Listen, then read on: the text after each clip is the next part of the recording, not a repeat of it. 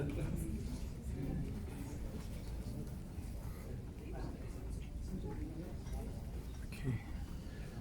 Hopefully it's okay. So I'm delighted to welcome my colleague Ocean, who will be chairing the first panel, and he will welcome each of the panelists. You will notice we have Tricia here keeping us on time. Timekeeping is taken very seriously in Singapore, and Tricia will ring the bell for panelists. Each one has 10 minutes. She'll ring after 8 minutes, and then after 2 more minutes. So without further ado, Ocean, who's my colleague at CIL. Thank you. So first of all, thank you, John, for giving me the opportunity to moderate this panel, despite I just joined a few weeks ago. Good morning, distinguished guests, colleagues, and friends.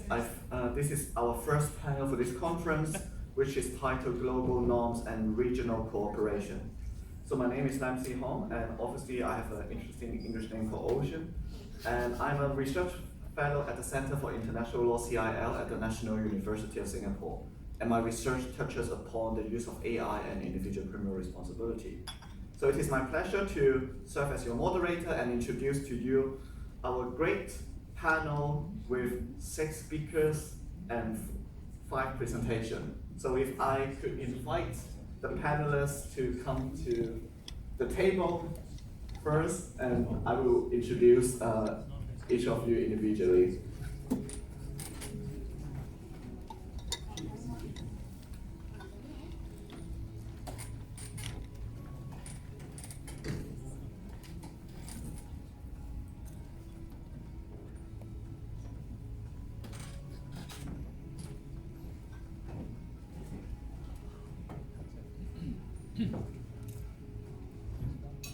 As we continue to witness rapid advances in artificial intelligence, the question of how states and regions engage with one another, how they build shared norms, uphold their regulatory autonomy, and navigate across an increasingly challenging geopolitical environment has been a big question marked by the increasing use of the AI. So today's panel will bring together an exceptional group of experts who would help us to explore these issues from multiple regional and governance perspective. And the first speaker is Mr. Loy Tek Keong, who is the Global AI Ambassador at the Global Council for Responsible AI, GCRAI. Mr. Keong is a Global AI Ambassador at the Global Council for Responsible AI, and he is also the Principal Consultant specializing in digital economy, regulation, and governance. And I understand that you are also a lawyer and advocate at the Supreme Court of Singapore with extensive private practice in public policy, regulatory, and strategic legal advisory. And Mr. Keong will present on the topic ASEAN as a bridge builder, operationalizing AI sovereignty through inclusive governance and South-South cooperation. So I will now give the floor to Mr. Keong, and you will have 10 minutes. Thank you.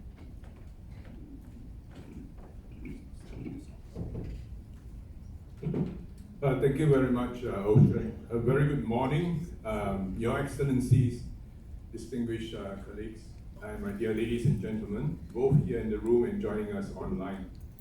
My sincere thanks to the organizers, especially the Center for International Law at NUS for the invitation. It is a privilege to share this stage with Stephen Miners, KK Yoganathan, Raphael Dean Brown, Hugo Oxlade, and Josh Lee. My remark will offer distinctively ASEAN lens, one that complements Stephen's analysis of ASEAN regionalism, support Yoganathan's BIMSTEC vision with actionable pathways, ground Raphael and Hugo regulatory frameworks in practice, and aligns with Josh focus on emerging national AI regimes in the APAC region. So my topic, as mentioned, is ASEAN as a bridge builder, operationalizing ASEAN AI sovereignty through uh, inclusive governance and South-South cooperation.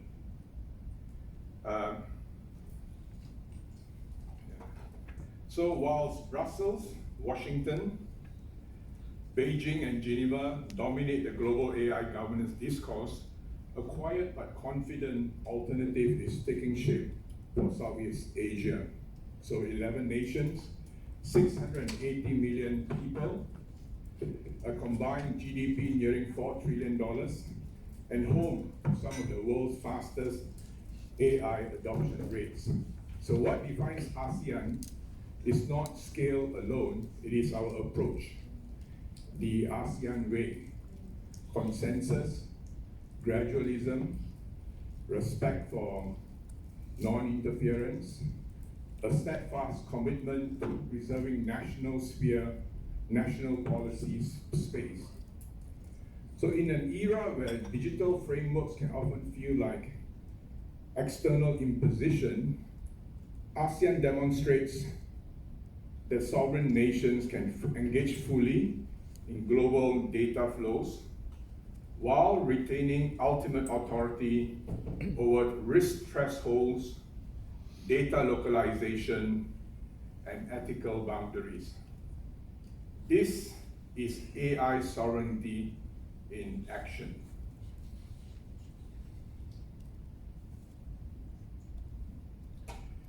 But sovereignty is meaningless without implementation. So ASEAN's governance architecture has been built systematically. 2018 to 2019, we have the ASEAN Framework on Personal Data Protection, and Digital Integration Framework laid the groundwork. 2021, the Consolidated Strategy on the Fourth Industrial Revolution set out digital ambition. In 2023 to 2025, the ASEAN Digital Economy Framework Agreement, or DIFA, now in final negotiations, poised to become the world's largest digital-only trade deal. And recently, February 2024, the ASEAN Guide on AI Governance and Ethics with 9 practical principles was unanimously endorsed. And in February 2025, earlier this year, an expanded guide specifically addressing generative AI was released. So this framework is now moving decisively from paper to practice.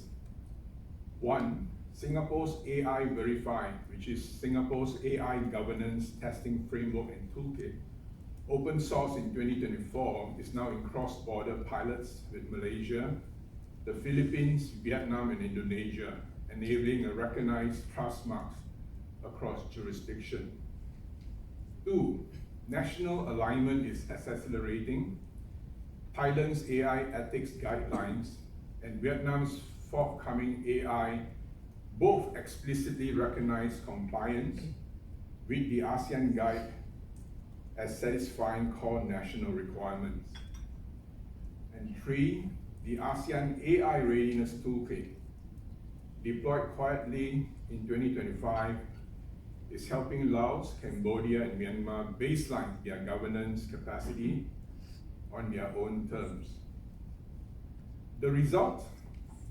A multinational deploying AI across 5 ASEAN markets can now navigate 1 common ethical baseline and 5 sovereign risk classifications, not 11 fragmented regimes. This is regulatory harmony without harmonization. This brings me to my central proposition. ASEAN's role is evolving from a regional bloc to a global bridge builder.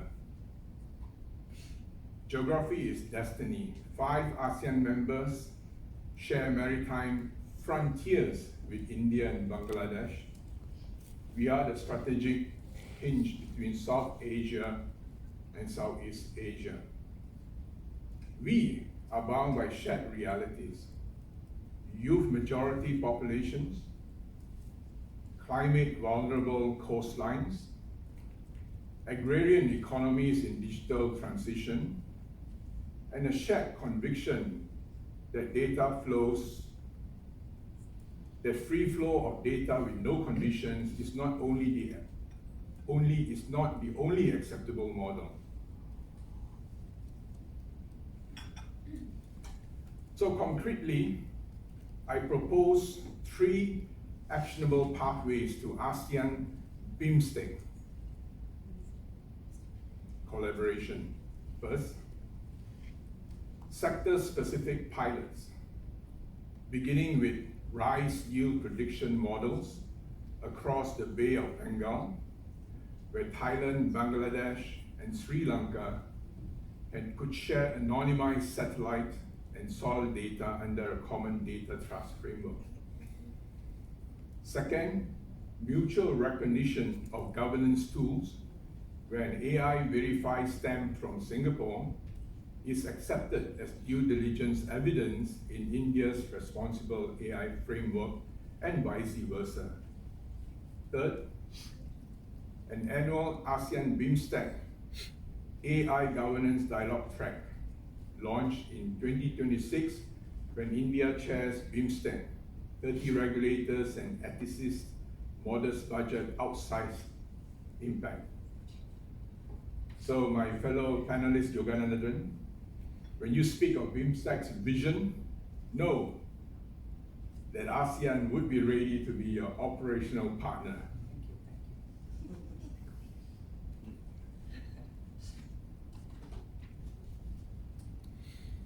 So where do we go from here? I propose 2 flagship initiatives for the next phase. First, an ASEAN AI Governance Roadmap 2026-2030 built on 4 pillars. Risk-based regulation that explicitly preserves sovereignty, mandatory impact assessment for all public sector AI deployments, a region-wide sandbox network with fast-track approval for ASEAN verified tools, annual interoperability testing using AI Verify as our open technical baseline. Second, we must establish a lightweight but high-impact ASEAN AI Observatory. Its 3 core functions would be a publicly accessible real-time regulatory mapping dashboard, an independent benchmarking and rate-taming laboratory, a technical secretariat to facilitate South-South cooperation. Funded through a blended model, government, industry, philanthropy. This is not another bureaucracy, it's a force multiplier designed to give Cambodia, Laos, and Timor-Leste the same technical capability that Singapore benefits from today. So ladies and gentlemen, this is my last slide. The future of AI governance will not be written only in the G7, the GPAI, which is Global Partnership for AI, or the Bletchley Process, which is an ongoing internationally collaborative initiative, the first global AI Safety Summit. It will also be written in Vientiane, Jakarta, Phnom Penh, and Naypyidaw in close partnership with New Delhi, Dhaka, Colombo, and Thimphu. So ASEAN offers a third path, pragmatic yet principled, inclusive yet sovereign, regionally rooted yet open in the entire global south. If we succeed a decade from now, historians may well point to this moment when the global south found its collective voice on AI, not in a northern capital, but here in Southeast Asia, working hand in hand with South Asia. I look forward to the discussion. Thank you very much for your attention.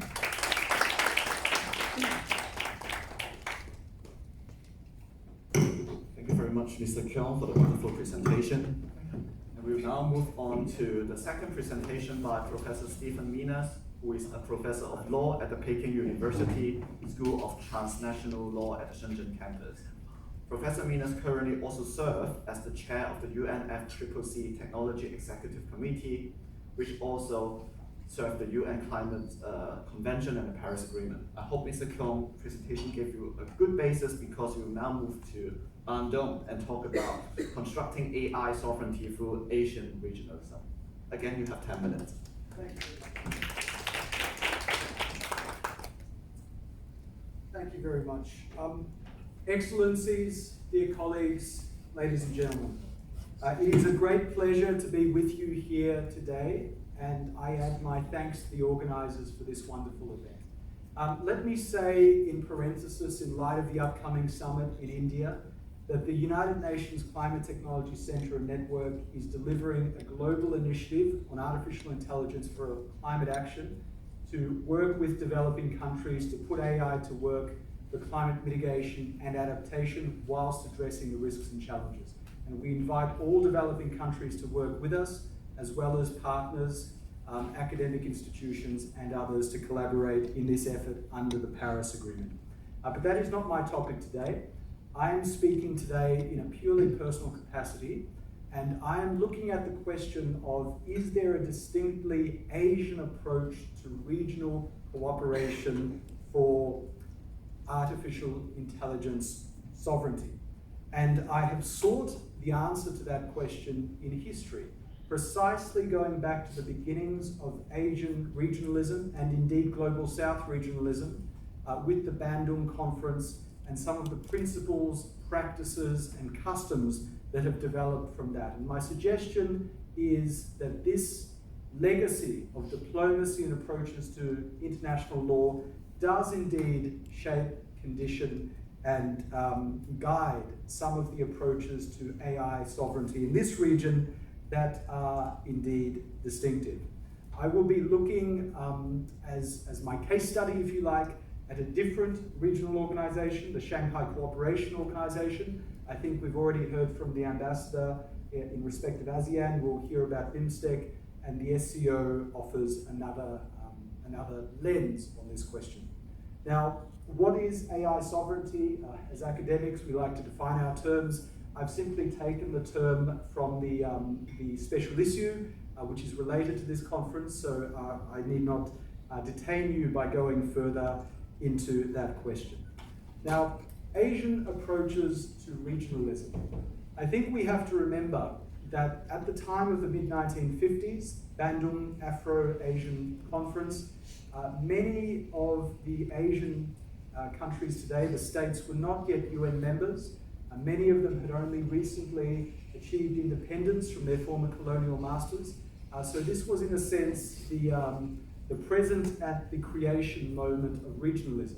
And if we look at, even before Bandung, the China-India agreement on the so-called 5 principles of peaceful coexistence, soon to be joined by Burma, as it then was, we see from the very beginning an emphasis on sovereignty, non-intervention in internal affairs. And this is something that we can trace through, I would suggest, to AI governance in the present day. The Bandung meeting, of course, was a much larger gathering of Afro-Asian nations going beyond India, China, and Burma. And it expressed these principles in its final communique in a different way. But we also see there very much an emphasis on sovereignty, freedom from intervention in internal affairs, mutual interest and cooperation, another way of suggesting friendly coexistence, which didn't have the same connotations. So different language, but a basis for cooperation in the region. And if we look at some of the leading parties in bringing this together, of course the host, President Sukarno, very much talking about the affairs of the Asian nations concerning the Asian peoples themselves. So the beginnings of regionalism, regional self-determination. The comment from Joanne Lai there about not allowing any country to be merely a producer of raw materials or a consumer, a market for the consumer goods of other countries, I think is a preoccupation we also find today in AI. So the Asian nations, not merely as consumers of technologies which are produced in other centers of power, but having their own domestic agency and collaborating together for that purpose. So this was not a moment, the Bandung Conference, that created institutions, but as, for example, Professor Chen Yifeng has suggested, it was nevertheless a constitutional moment in establishing principles and practices. Now, we can agree or disagree with that, but what I think is significant is that the nations themselves have chosen to remember the moment in that way and have in fact followed certain of the elements of regional cooperation we see at the beginning in Bandung. So state sovereignty over EU-style supranationalism, personal or direct diplomacy, consensus-based decision-making, and often non-legally binding outcomes. And of course, we can all think of exceptions to that, but in general, an approach that does not emphasize binding law, but emphasizes political outcomes and consensus. Now, how does this apply to AI regionalism today? And we've already heard from some organizations, we will hear from others. My approach today has been to look specifically at the SCO, which is the largest regional organization by population. It is perhaps not especially widely known or covered in English language academia, and it is crucially an organization that in the last few years has turned its attention to artificial intelligence. A predominantly Asian institution, although also with a European member state. And what we see here is that the Asian regionalism approach of leader-to-leader dialogue, non-legally binding outcomes, is also the approach that the SCO has taken.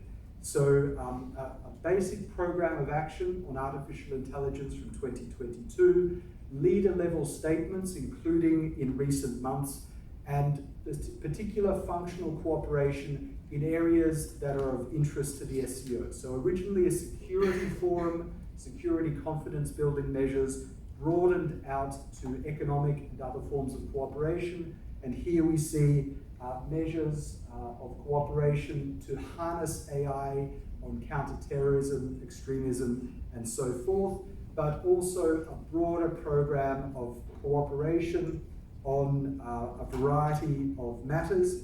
We can see here the preoccupations are very much in respect of security, in respect of national interests. So this is a very different approach to what is encoded, for example, in something like the EU AI Act.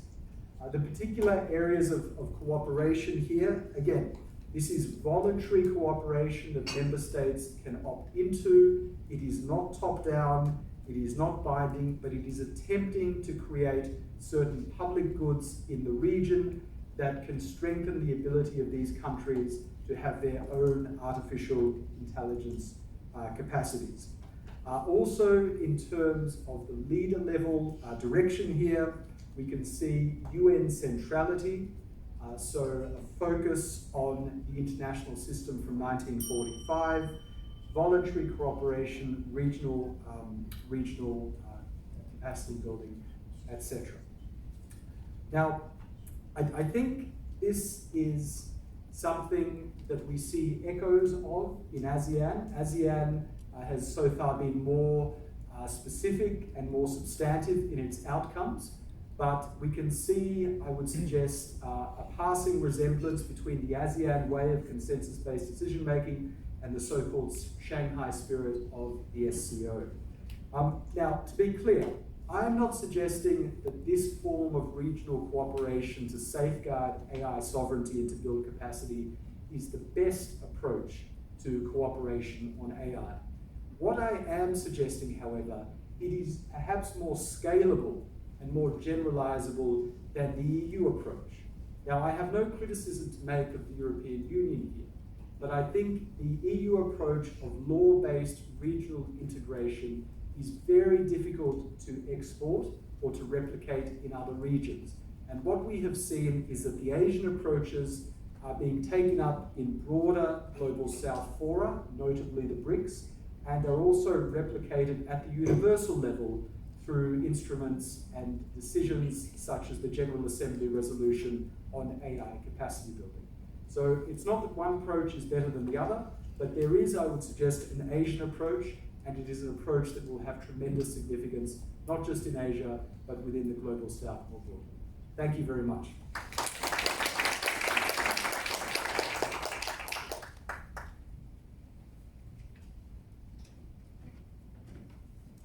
Thank you very much, Professor Minas, for the wonderful presentation on SEO. And now we will move on to our another distinguished speaker, Mr. Yogananda Kandasamy, who joined the BIMSTEC Secretariat quite recently in September 2025 as a director representing Sri Lanka. Mr. Kandasamy previously also worked as a diplomat for the Sri Lankan Foreign Service. And today, he will present on the topic, the role of BIMSTEC in advancing regional AI governance. Again, you have 10 minutes.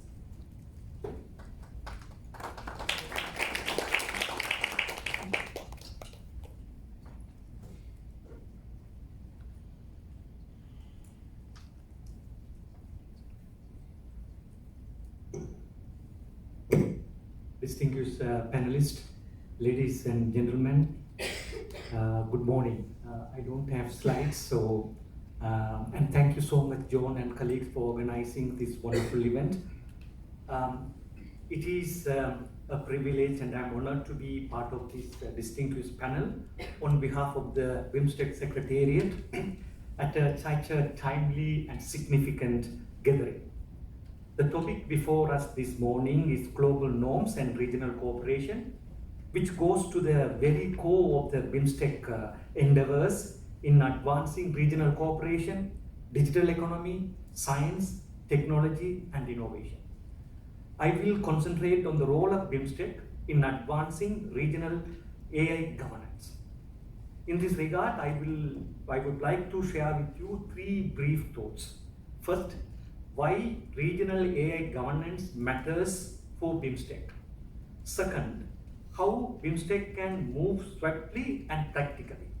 And the third, concrete role of our proposed regional instruments, including the envisioned Center of Excellence for Promotion of Digital Economy, in turning ideas into actions. First, why regional AI governance matters for BIMSTEC. Artificial intelligence is not merely a technical tool, it is a transformative force that reshapes markets, public administration, justice system, and environmental monitoring. In a tightly interconnected region like the Bay of Bengal, a decision made by one country regarding AI influences trade, cross-border digital payment, data flows, and the trust ecosystem in which the digital services depend. A fragmented regulatory landscape, whether concerning data governance or cybersecurity, create frictions, exclusion, even human harm, especially for smaller economies that lack scales. This reality echoes the challenges that we identified in the proposed BIMSTEC Center of Excellence for Promotion of Digital Economy concept note, which we identified uneven digital public infrastructure, fragmented regulation, weak data governance, and cybersecurity gaps all impede inclusive digital growth. My second point is how BIMSTEC can move quickly and practically. Regional bodies excel at convening stakeholders, harmonizing approaches, and reducing policy learning costs. In the realm of AI, I think that BIMSTEC should focus on 3 practical tracks. 1, common risk-based governance principles. Member states require practical, proportionate rules to classify AI application into low and high risk categories, protect core rights, and enable computable standards. A BIMSTEC model framework rooted in the human-centered principles and proportionate oversight could support mutual recognition and reduce regulatory fragmentation. Second, shared digital public infrastructure and secure data arrangements. AI breakthroughs depends on high quality data and trustworthy computing, assets that are costly to build. BIMSTEC can foster computable digital public infrastructure elements in regional data sharing protocols that safeguard privacy while enabling cross-border research and services. This aligns with the Center of Excellence for promotion of digital economy's ambitions to strengthen digital public infrastructure, cross-border digital payment, and data governance. Third, capacity and research networks. Efficient governance demands skills and evidence. BIMSTEC can sponsor a regional AI research network, probably with Asean, as my co-panelists proposed, shared sandboxes, and joint pilot projects in areas such as climate resilience, health, agriculture, and maritime safety. Such initiative would generate tested approaches across the region and enhance regulatory literacy among governments, judiciaries, and private sector. My last point is the role of international law and international fora in the regional agenda. Workshop like this, with a focus on AI sovereignty, international law, practical guidance for AI in courts, tribunals, provide valuable inputs for BIMSTEC agenda. The event brochure, which I glanced through, highlights the need to balance domestic policy space with cross-border cooperation, integrate environmental consideration into AI policy, and support rights respecting use of AI justice system. These are the cross-cutting themes which BIMSTEC must operationalize.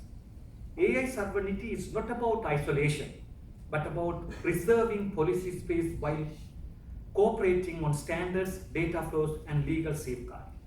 I consider that BIMSTEC should concentrate on the following, which could be achieved within the next 12 to 24 months. Having said that, BIMSTEC is the intergovernmental organizations. All decisions are made by the member state. The secretariat is there to implement them. So this I propose, and then we have to put it to the member states. To develop a BIMSTEC AI governance framework, a pragmatic risk-based model for consideration for the member states. Establish a regional AI research network and launch 2 flagship pilot projects, such as AI for disaster early warning and AI-assisted primary healthcare. We have seen how the recent disaster that affected overnight Sri Lanka and other countries. So the impact of Cyclone Dikwa in Sri Lanka and other countries opened our eyes to provide early warning for disasters. AI could be used effectively for this purpose. Create a BIMSTEC digital sandbox and mutual recognition for cross-border payment and digital public infrastructure compatibility.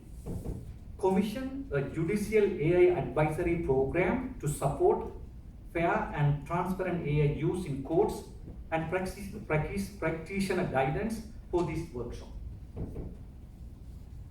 I have some time, more time, right? 2 minutes. 3, okay, I think I could finish it. Thank you. So BIMSTEC's unique contribution lies not only in policy design, but also in mobilizing capacity, pooling technical resources, catalyzing donor partnership, and convening multi-stakeholder dialogues, where the governments, academia, industry, and civil society can co-create pragmatic, inclusive, and enforceable standards. The proposed BIMSTEC Center of Excellence for Promotion of Digital Economy may serve as an institutional home for these efforts, hosting training, managing projects, and producing policy toolkits for the member states. Even though we call it as a digital economic center, this actually covers the AI and its challenges. In conclusion, I would say AI governance is not a theoretical exercise. It is about safeguarding rights, enabling innovation, and ensuring both our people and the planet benefit from the technological progress. BIMSTEC is ready to collaborate with the partners, including the organizers, the National University of Singapore and the Center of International Law, and the participants. This workshop to translate international guidance into regional practice. I urge all delegates to engage with the BIMSTEC Secretariat and with each other so that the Bay of Bengal region may lead by example, crafting responsible and resilient AI governance aligns with our shared values. Of course, we are ready to cooperate with ASEAN. Already we have signed an agreement, cooperative agreement with ASEAN. So we will discuss about it. And please, anybody would like to cooperate with the Secretariat, please feel free to speak to me. Thank you so much, really appreciate it.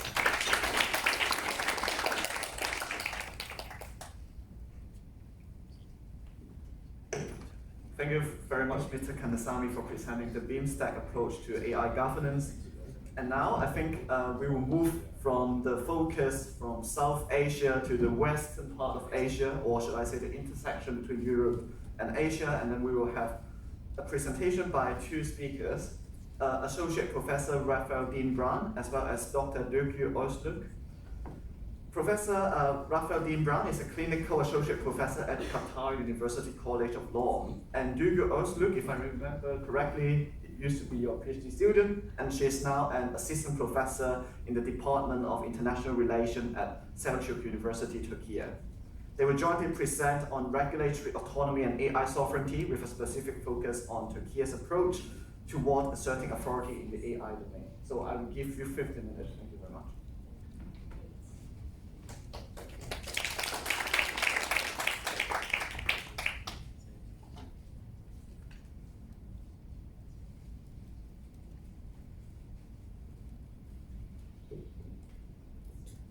Thank you, Ocean, for the kind introduction.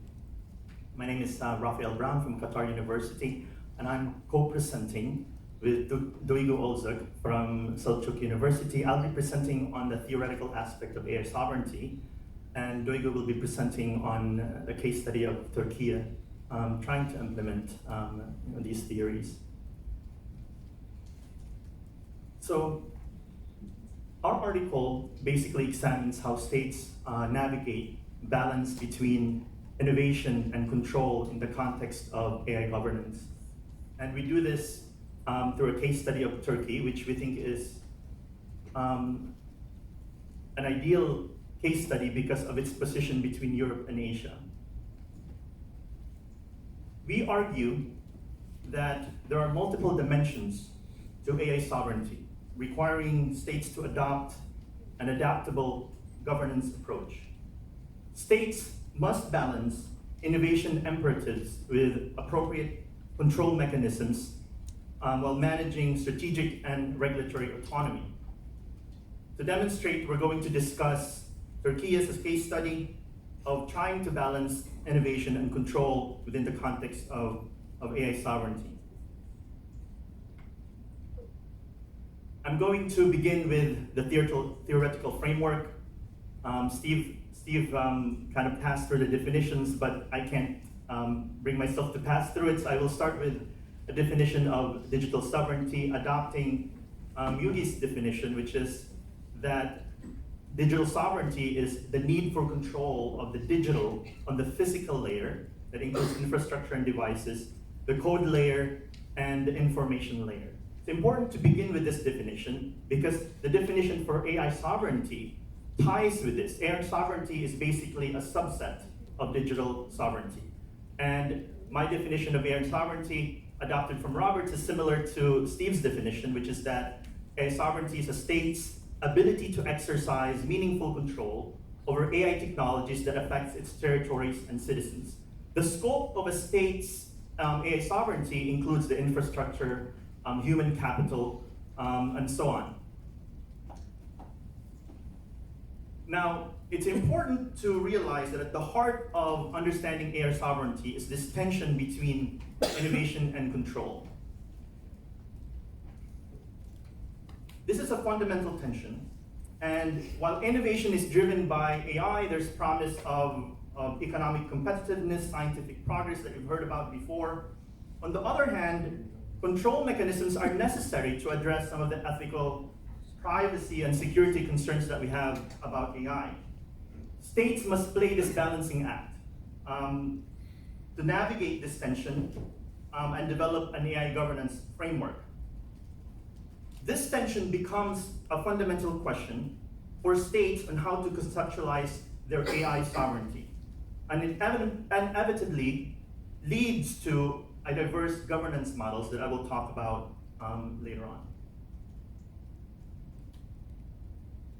When conceptualizing AI sovereignty, states must also consider that AI technologies challenge traditional concepts of sovereignty, mainly because of the cross-border features of AI, its concentration in certain corporations, global corporations that exist in specific dominant countries like the US and China, and the sector-specific impact of AI. It's in every sector of society, as has been discussed in the introductory remarks today.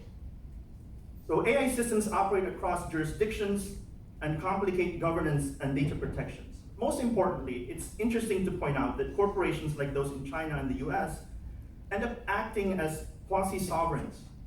And it's important to understand when we talk about regulations, we're not only talking about state regulation. These corporations are making their own kind of regulations that we call specs. It's the specs that they put into the algorithm that in essence is also part of this regulation that's often ignored when we talk about AI regulation, AI sovereignty. And it's also important to note that this has multi-sector impact. So these corporations are making specs that affect multiple sectors, and it has to be aligned with how governments are to conceptualize their AI sovereignty. Now I will transition and talk about existing global regulatory frameworks. As I've said earlier, what we've noticed is a fragmented world in terms of AI regulation. Global AI governance has become basically categorized into three general types: comprehensive regulations, sectoral approaches, and voluntary guidelines. The EU is an example of comprehensive regulation. China is as well, but they have different approaches to comprehensive regulation. The EU is more of a strict approach. China is more of a pro-innovation approach. Another category would be a sectoral approach to regulation. The UK, Switzerland, and the US falls in this category.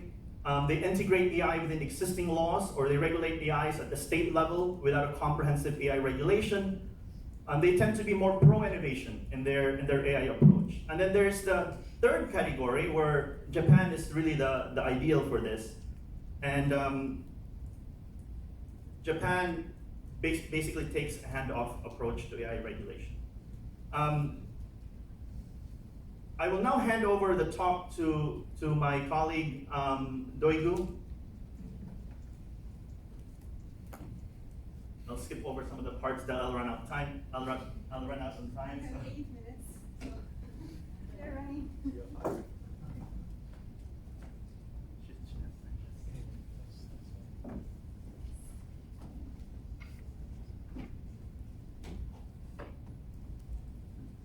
Dear colleagues, excellencies, and SEAL, thank you for hosting this timely and very important event.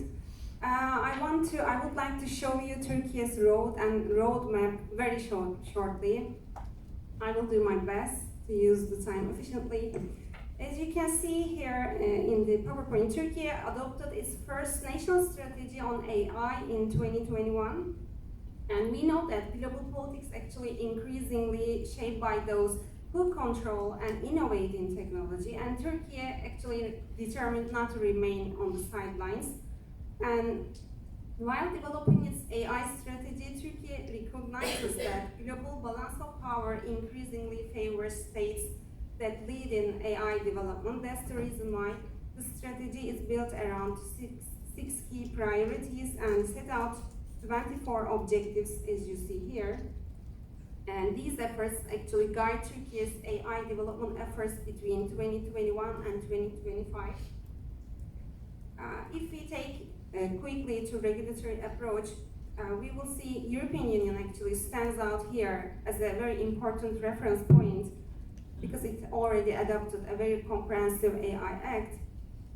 So for Turkey, actually, aligning with this type of framework presents some serious challenges because there are significant geopolitical, political and legal barriers. We know that Turkey has a very, very unique geopolitical position, and as a middle power, Turkey is seeking greater technological and strategic independence at the same time. For this, in June 2024, Turkey introduced its first draft AI law. However, its scope and depth remains limited when we compare with the EU model. But trying to something else, I mean, they are improving in Turkey. And if we compare this strategic location of Turkey in global scenery, we see that Turkey is a very deliberative middle power, and it has a geopolitical leverage and at the same time technical ambitions. We know that Turkey is a member of G20, OECD, NATO, and still in the EU accession process. So Turkey holds this very, very unique position between Western liberal norms, principles, and the more state-centered digital governance models at the same time. So we know that competition over AI intensifies, and United States has begun to place increasing pressure on some other countries to choose between American or Chinese technologies. Turkey here needs to make a proper response because of this growing rivalry between China and the United States. This is where Turkey is actually pursuing a strategy of strategic autonomy. Despite some Western security concerns, Turkey continues to actually explore technological and economic partnership with China, especially in areas like 5G, while also maintaining its commitments with NATO and strengthening its defense capabilities in areas like drone technology, and these are also aligned with NATO standards. So you can see Turkey actually follows a dual-track approach, and it reflects in Turkey's foreign policy strategy, generally trying to balance relations with the eastern and the western part of the world, and without actually becoming overly dependent on each other side, either side. If you look at Turkey, how it tries to balance innovation and control, we see that according to Stockholm International Peace Research Institute, Turkey's share of global arms exports has risen to 1.7%, and this places Turkey as the world's 11th largest defense exporter. And as you see in this graph, the Stanford AI Index report from 2025, it shows that Turkey is actually treating AI as a very key component of its long-term national strategy. And here, between 2013 and 2023, Turkey ranked second in the world just after Switzerland for the median value of public contracts related to AI. So this actually demonstrates us that Turkey and its government has a strong willingness to integrate AI into public sector, and at the same time advancing its technological capabilities as well. There is another term we need to maybe touch upon, AI readiness. If you take a look at Oxford Insights, it has an index called Government AI Readiness, and in 2024 report, Turkey dropped to 53rd place in this graph. And recent studies actually suggest there is not always a direct link between a country's AI readiness and its AI responsibility. And Turkey is actually a very good example of this contradiction here. And I have another chart here. As the chart shows, you can see there is a clear tension between growing digital control and the simultaneous expansion of AI efforts. According to this data, public AI initiatives in Turkey rose steadily. But at the same time, when you take a look at the metrics of digital freedom, this tells a very contrasting story, because Turkey's freedom on net score fell from 39 in 2016 to 31 in 2024. So this shows us that, okay, Turkey tries to find strategic autonomy, AI sovereignty. However, it has two parallel effects, that it pushes forward technological and AI development, but also it reinforces structures for digital authoritarianism. This is actually one of the most serious side effects of this process for countries like middle power countries like Turkey. Okay, I'm jumping conclusion quickly. So Turkey exemplifies how middle powers are trying to establish greater regulatory autonomy in the digital sphere. And Turkey has also been investing in the development of its own AI models for its digital independence. So you can see in the picture, Turkish-made unmanned aerial vehicle, very famous one. And actually Turkey spending lots of money on these products and in defense sector. So this dynamic can be seen, actually, we call it dronization, Turkey's dronization of foreign policy.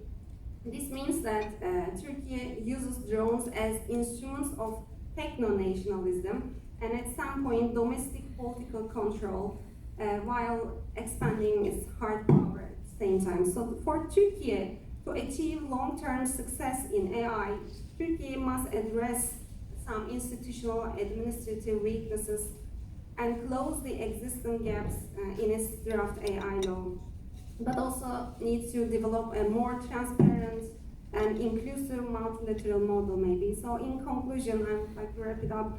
For middle powers like Turkey, building a democratic and ethical AI ecosystem is a target, but it needs to be at the same time innovative and accountable. So this is actually one of the most important challenges of our time. Thank you for listening to me.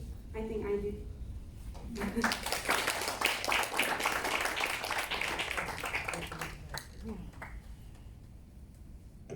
Professor Ron and Dr. Öztürk for this wonderful presentation, which show us not only the good part of AI sovereignty, but also some dark side of it.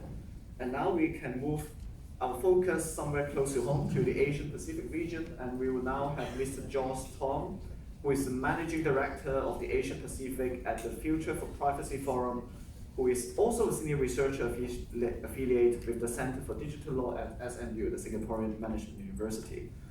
Josh will discuss emerging national AI regulatory regimes with a focus in APAC, and you will have 10 minutes.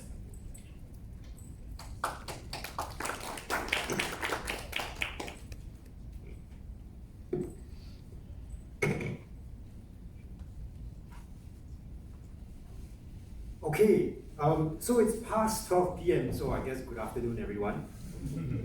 Thank you so much for having me here today. Thank you so much to the organizers, and congratulations to the NUS Center for International Law for having this event recognized as a pre-summit event of the India AI Impact Summit. That is a huge deal. My name is Josh. I'm the APAC Managing Director for the Future of Privacy Forum. Before I go into that, I just want to say, when John earlier introduced and gave his opening remarks to invite us all here, he started with a story, right? He said his story was essentially a half joke around I'm paraphrasing, talking about the complexity of AI in this space, technological complexities, regulatory complexity. And I thought he was going to complete his joke by saying that in a room full of international lawyers, we should all spark joy, because this would mean that our jobs are AI and future-proof, but that was not to be the case. But I think the broader point of complexity is something that is important, we should not miss it, and I'll come back to it. Now, the Future of Privacy Forum is a global non-profit organization. We focus on doing timely, relevant, objective analysis of data protection and AI laws in support of emerging technologies.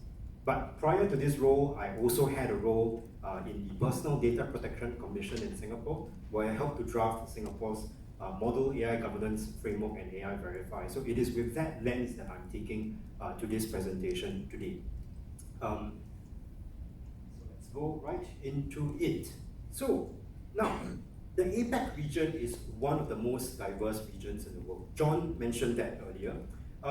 One thing that he missed out, he said it is diverse in terms of languages, culture, legal histories. He didn't mention food, but that's important to mention. I think it's important.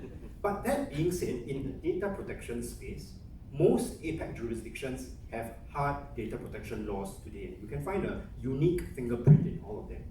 But if you look across to AI, actually the landscape is still rather sparse. And I apologize just now, when you listen to all the other speakers, they covered all the intellectually stimulating topics of AI sovereignty and geostrategic consideration. I'm going through law, so I'll try my best not to bore you guys. When we look at hard AI laws, there are really only 4 jurisdictions that have hard AI laws at this point in time: China, South Korea, Japan, and Vietnam. Most other jurisdictions today still take a relatively light touch approach to AI governance and regulation. Now, what does the picture look like for these 4 jurisdictions? Well, I know the font is a little small. This is to encourage you to take photos of the slides. I will not make the mistake of assuming you are taking a photo of me. But I'm going to go through it high level, but the key outlier here is probably China. So let's talk about the first 3 first. South Korea, Vietnam, and Japan. These laws are what I would call enabling laws. Enabling laws in the sense that they provide powers, mandates, discretions to government agencies and committees to put forward strategies, regulations, and policies with regard to AI. What the content of this is, sometimes it states it, but it's usually stated in broad terms. But this is an interesting signature of these 3 AI laws. But if you put them on a spectrum, you can probably put Japan on the most left-hand side because that has no compliance obligations. Vietnam, it just passed its law 2 days ago, the law on artificial intelligence. In fact, it takes a roughly EU AI-esque approach of designating high-risk, medium-risk, low-risk AI systems. Funnily enough, the high-risk AI systems need to go through a conformity assessment. For those of you who look at the AI Act in the EU, that might sound a bit familiar. Somewhere in the middle is South Korea. South Korea also enabling, but it regulates, its compliance obligations are more on high-impact AI systems and on generative AI systems. Now, the outlier, of course, is China. China does not have an omnibus comprehensive law on AI, but it takes a hard, targeted approach towards AI regulation. 3 regulations since 2021: algorithmic recommendations, deep synthesis technologies, and generative AI. One of the most prominent things there is that it focuses on societal stability, focuses on misinformation, disinformation, privacy, as well as intellectual property. And a common point across all of these regulations is that they have this thing called an algorithmic registry. So you need to register your AI systems with the state government or the CAC, the Cyberspace Administration of China. So that's something for China, and it's, as you can see, it's quite different from the other jurisdictions. But if you look at hard laws alone, I think when I mentioned just now, you're only looking really at half the picture. Let's look at 6 APAC jurisdictions. Here, let me see. Yeah, 6 APAC jurisdictions. And what I'll do is to compare them across 2 axes, from soft laws to hard laws. Soft laws meaning referring to governance, guidelines, frameworks, industry codes of conduct, sandboxes, and so on. Hard laws is hard laws. And then the vertical axis is how active they are, from moderate to active to very active. Let's start with Singapore on the top left-hand corner. Singapore takes a professed light touch regulatory approach. There is no foreseeable plan to introduce hard laws on AI, but there is a focus on providing actionable guidance to companies as well as AI governance testing. So the model AI governance framework is an example of this. AI Verify is an example of governance testing, both of which I had the privilege of working on when I was in the PDPC. You look down under to Australia. Australia is moderately active. It takes a consultative approach. It hopes to use existing laws, like its amended Privacy Act, to deal with AI-related risks and harms. Most recently, their National AI Center came up with a guidance on AI adoption for industry as well as an AI screening tool. You look to South Korea. Well, South Korea, it's relatively active. What would take most attention is probably their AI legislation. We covered that, the AI Framework Act. But the data protection regulator also takes a relatively unique approach. Why? It enforces quite strictly in terms of data breaches, but it also has innovative measures like an AI privacy team and a prior adequacy review system, both of which I can explain more during question time if you're wondering what that is. but it tries to strike a balance, right, between regulation of data and encouraging innovation. That said, the chairperson just changed recently, I think just 2 months ago. So let's see whether she takes a different approach from her predecessor. Now, we go across to Japan. Japan is a relatively moderate jurisdiction focusing on international cooperation and building international norms.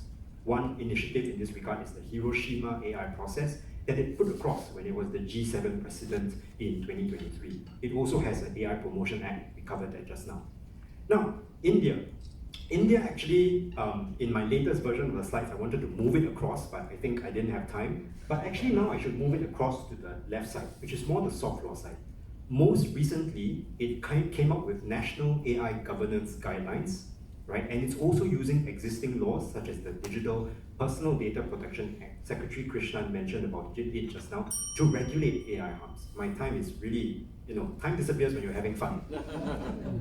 Of course, China, I mentioned, is very active, but it's active not just in terms of laws, but in terms of coming up with standards as well. So that's something I want to point out. My panelists have done me the great favor of going through regimes elsewhere. The whole idea is just to show you that the regime in APAC is different from that in the EU and the US.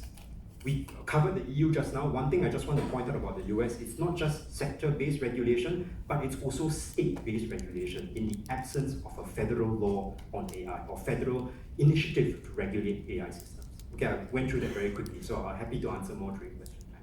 What is the future going to bring? Now, I've bucketed the AI laws in the jurisdictions in APAC into 3 categories. The legislators, China, as well as Vietnam. So China, relatively stable regime for now, it hasn't changed much, but Vietnam is a question mark because it wants to enforce and it's hard compliance, but we're not sure whether they can do it within the operational date of 1st March 2026. That's very, very soon. And how that will impact the AI and digital economy in Vietnam. In the middle, the enablers, Japan, South Korea. Well, the litmus test will really be, will they be able to encourage innovation and adoption as they claim they want to be, at the same time ensuring that the public trusts AI within the jurisdictions. So I would expect South Korea to take a more hard-handed approach towards data regulation as well, in light of a couple of major data breaches that happened in South Korea this year. Then we look at the innovators. That would be Australia, Singapore, India, Malaysia, right? I think they're going to continue with their light touch approach. They will probably provide more guidance on generative AI. Perhaps on the Singapore front, there will possibly be guidance on data use in generative AI systems and labeling, right? And we can expect that as the ASEAN chairmanship for Singapore comes up in 2027, you will expect that you will focus on AI governance testing in the ASEAN region as well. Now, final 2 points. I know my time is up, but please forgive me emotion. Broadly, I think we will see whether the common law of business sense will continue to apply. What's the common law of business sense? Fast, cheap, good, choose only 2. In this case, it's broad, deep, fast, choose only 2. Let's see whether that will continue to hold in the APAC region. The final point is, I think APAC continues to be a living laboratory for AI regulation. You have at least three different regimes here, right? But they exist in very, very different contexts. Going forward, I expect there to be more complexity in AI regulation, and that will correspondingly mean that there will be an increasing need for more regulatory interoperability in this space. Now, this brings up the diversity dilemma. The more diversity there is a need for more ways to work together, but the dilemma is that because of the diversity, it makes it even harder to work together. I'm a room full of international lawyers, so we remiss to add in some international foreign policy concepts. But that's to say, amidst complexity, I think that's the space for agency. Whether or not you have the ability to spot that agency, that's a different question, and the ability to act on it, that's a different question. But in principle, that agency is there. On that optimistic note, I end my piece. Thank you for your time.